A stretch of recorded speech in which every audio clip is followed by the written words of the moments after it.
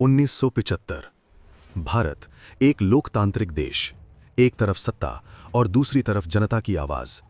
और फिर एक फैसला जिसने पूरे देश को हिला दिया। ये कहानी है इमरजेंसी की। सब कुछ शुरू हुआ इलाहाबाद हाई कोर्ट के एक फैसले से। 12 जून 1975 कोर्ट ने प्रधानमंत्री इंदिरा गांधी के चुनाव को अवैध घोषित कर दिया। देश की सबसे ताकतवर नेता अचानक संकट में आ गईं। सवाल था, क्या वो सत्ता छोड़ेंगी या सत्ता बचाने के लिए कुछ भी करेंगी? दिल्ली की सड़कों पर आंदोलन तेज हो चुका था। जयप्रकाश नारायण, जिन्हें लोग जेपी कहते थे, उन्होंने खुलकर सरकार के खिलाफ आवाज उठाई। उनका नारा था संपूर्ण क्रांति। हजारों लोग सड़कों पर उतर आए, देश बदलने की मांग के साथ। और फिर 25 जून 1975 की वो रात आई जब दिल्ली सो रही थी, लेकिन सत्ता के गलियारों में एक बड़ा फैसला लिया जा चुका था। आधी रात को राष्ट्रपति ने एक दस्तावेज पर साइन किया और उसी पल भारत में इमरजेंसी लागू हो गई।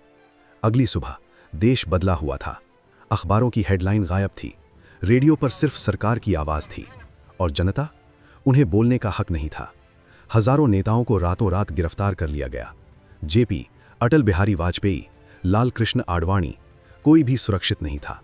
जेलें भरने लगीं और देश डर के साए में जीने लगा। मीडिया पर सेंसरशिप लगा दी गई। कोई भी खबर छापने से पहले सरकार की इजाजत जरूरी थी। जो आवाज उठाता वो गायब हो जाता। लेकिन कहानी यहीं खत्म नहीं होती। इमरजेंसी के दौरान कुछ फैसले ऐसे भी लिए गए जो आज तक विवादों में हैं। जबरन नसबंदी अभियान, लोगों को जबरदस्ती ऑपरेशन के लिए मजबूर किया गया। गरीब, मजदूर, आम जनता सब इस दबाव का शिकार बने। 21 महीने पूरा देश एक अलग ही हकीकत में जी रहा था। ना कोई विरोध, ना कोई सवाल, सिर्फ आदेश और उसका पालन। लेकिन हर अंधेरी रात का अंत होता है। 1977 में चुनाव का ऐलान हुआ।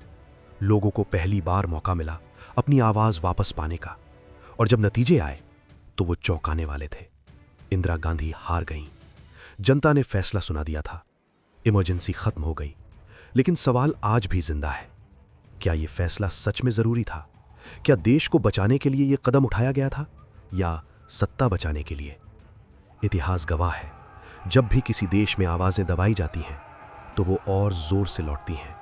और 1975 की इमरजेंसी भारत को यही सिखा गई कि लोकतंत्र सिर्फ सरकार से नहीं बल्कि जनता की आवाज से चलता है।